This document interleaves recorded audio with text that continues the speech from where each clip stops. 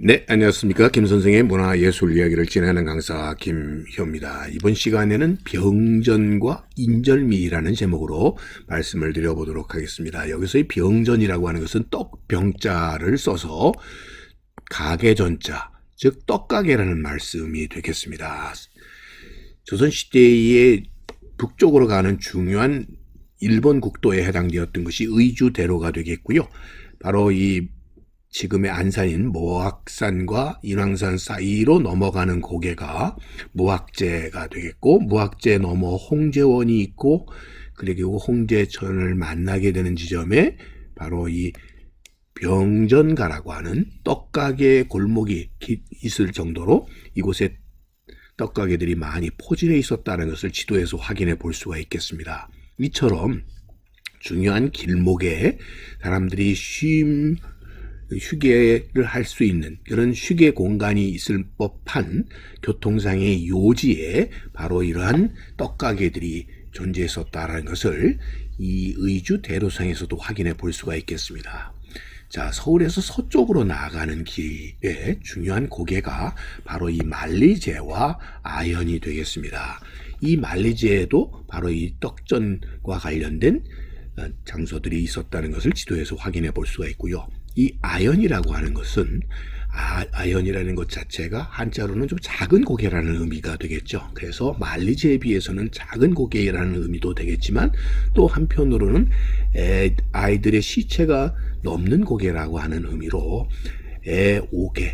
애고개가 애오개로 이렇게 불려지기도 했었고, 또 한편으로는 떡으로 달래어 아이가 달아나는 것을 막는 고개라는 의미로 떡전 고개라는 명칭이 붙여지기도 했었던 것이죠. 이렇게 고갯길과 같은 이 교통상에서 중요한 포스트가 되는 곳에 바로 이런 떡 가게들이 있었다라는 얘기가 되겠습니다. 요즘으로 따지면 이 교통상의 요지에 이렇게 떡을 대신해서 요즘 사람들이 즐겨 먹는 이 빵 가게, 그래서 요즘 베이커리 카페가 요즘 유행인데요. 곳곳에 이런 교통상의 요지에 이런 것들이 있는 것도 결국은 이런 떡전 고개의 전통이 이어져 오는 거라고 볼 수가 있겠습니다. 자, 동쪽으로 나아가는 길로 지금 망우리 고개를 넘어서 강원도나 경기 북부 지역으로 가는 중요한 길목에 지금 이 지도에서 보시게 되면 바로 여기가 청량리 지역이 되겠고요. 청량리를 넘어서서 지금 서울 시립대가 있는 뒷산이 배봉산이 되겠고요. 배봉산 자락에 사도세자의 무덤이었었던 영우원이 자리 잡았었던 즈음쯤에를 바라보고 있는 곳에 지금 병전갈이라고 해서 떡가게들이 이렇게 거리를 이루고 있는 동네라는 명칭의 동네가 있었으니 이것이 오늘날 떡전 고개 혹은 떡전 다리가 이곳에 있었다라고 하는 이런 표지석이 남아있는 장소가 되겠고요. 이곳을 거쳐서 사람들이 좀 쉬었다가 가면서 마주 바라보이는 곳에 이 영원이 있다 보니까 그곳에 대해 예를 취하는, 즉 절을 했다라고 해서 절 배자를 써서 배봉산이라는 명칭이 나오게 되었다라고도 볼 수가 있겠습니다. 즉 이곳 자체가 오늘날도 그렇습니다만 교통상에 있어서 동쪽으로 가는 데 중요한 길목에 해당되는 곳에 이런 떡전 고개가 있었다라고 보시면 되겠습니다. 이처럼 고개 마루턱에 해당되면 사람들이 잠시 쉬면서 요기를 할 수 있는 이런 떡가게가 있게 마련이었고, 그래서 지금 고개의 이름이 아예 꿀떡고개라는 명칭이 붙여지는 경우들이 있었고요. 이것과 함께 늘 나타나는 것이 이 험한 고갯길에 무사한 여행을 비는 마음에서 이런 성황당이 함께 있는 것이 일반적이었다라고 보시면 되겠습니다. 지금 수원 밑에 병점이라는 역이 있는데 그 병자도 떡병자가 되겠죠. 그래서 이 떡점 거리였던 것이 역의 명칭으로 이렇게 남아있는 예라고 볼 수가 있겠습니다. 이처럼 우리에게 가장 전통적으로 익숙한 간편식에 해당되는 게 떡이었죠. 저는 떡 하게 되면 기억이 나는 것이 군에 갔을 때 면회를 오셨던 어머니가 싸오셨던 그 찹쌀떡, 인절미 이런 것들이 지금도 그때 그 정광들이 이렇게 기억되고 있는데요. 사실 그러다 보니까 이렇게 밥과는 다르게 간편식으로 요기를 할 수 있었던 것이 떡이었고요. 그러다 보니까 이렇게 피난을 갔다거나 전쟁을 겪을 때 중요한 먹거리가 되었던 게 떡이 아닐까 싶습니다.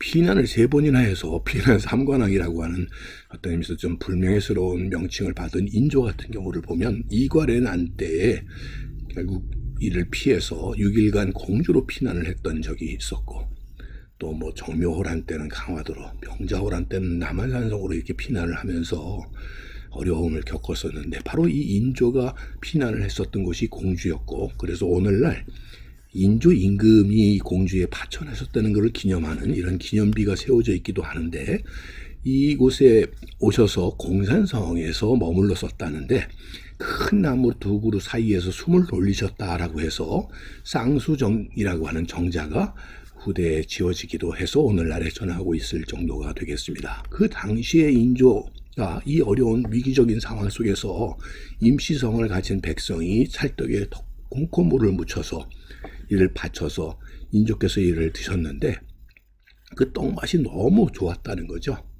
그래서 이 떡의 이름을 임시성이 바친 아주 맛있는 떡이라는 의미로 임절미라고 불렀다는 것이 오늘날 뭐 인절미로 이렇게 이어졌다라는 그런 유래도 전하고 있는데, 그래서 공주에서는 아예 공주라는 지명을 상표로 등록을 해서 공주떡 하게 되면 이것 자체가 등록 상표로서, 그래서 공주의 떡 하는 것으로 이런 인절미를 대표적인 예로서 이렇게 내세우고 있고, 이를 또 이렇게 축제화해서 그러다 보니까 이괄의 난 이래로 400년 역사를 가진 인절미 이런 것들 대회도 열리고 있고요.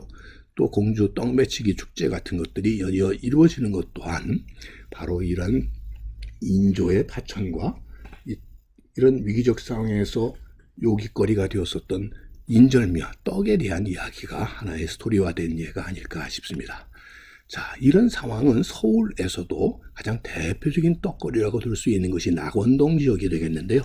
지금 이 지도에서 표시되어 있는 알파벳들이 다 떡가게를 표시하고 있습니다. 자, 낙원떡집이니 이런 많은 떡집들이 오늘날은 우리가 후대까지 지켜야 될 서울 미래유산으로 이렇게 지정이 되어 있고, 그래서 떡집 하게 되면 낙원동이 이렇게 상상되게 정도가 되었는데, 왜 이곳에 이렇게 많은 떡집이 있게 되었나와 관련해서는 물론 가까이 창덕궁, 경복궁과 같은 궁궐들이 있었고, 이 조선왕조가 망하면서 그 상궁들이 흘러나와서 이곳에 떡집을 차렸다라는 얘기도 있고, 또 중요한 것은 6.25 전쟁을 전후해서 떡가게가 급증했다는 점에서 늘 이런 위기적 상황, 전쟁이라든지 이런 위기적 상황에서 비상식량의 역할을 해왔었던 것이 바로 한편으로는 떡이지 않을까 싶습니다. 그런 의미에서 절기에 맞추는 떡과 함께 이런 비상식량의 의미를 가졌었던 그런 떡이 우리 문화 속에서 쭉 유지돼 온 한 예가 아닐까 싶습니다. 오늘은 이 떡전과 더불어 인절미에 대한 이야기를 꽃밭을 가꾸는 김 선생이 말씀드렸습니다.